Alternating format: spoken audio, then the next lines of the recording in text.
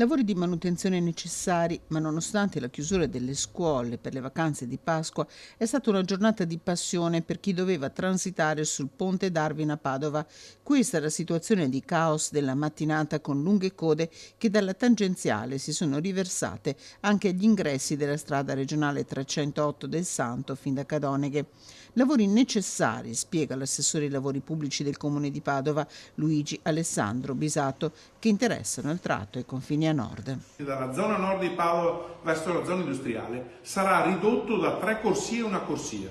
Bisogna fare dei lavori urgenti di manutenzione del manto stradale e vanno fatti tutti in un tempo, come dire, uno dietro l'altro. Non è possibile riaprire la strada facendo. Perché? Perché bisogna fresare il manto stradale, fare un intervento per la messa di una guaina trattandosi di un impalcato che è su ferro e poi la stesa del nuovo manto stradale. I lavori, necessari per la sistemazione di uno dei nodi stradali più importanti della città di Padova, dureranno fino alla giornata di sabato.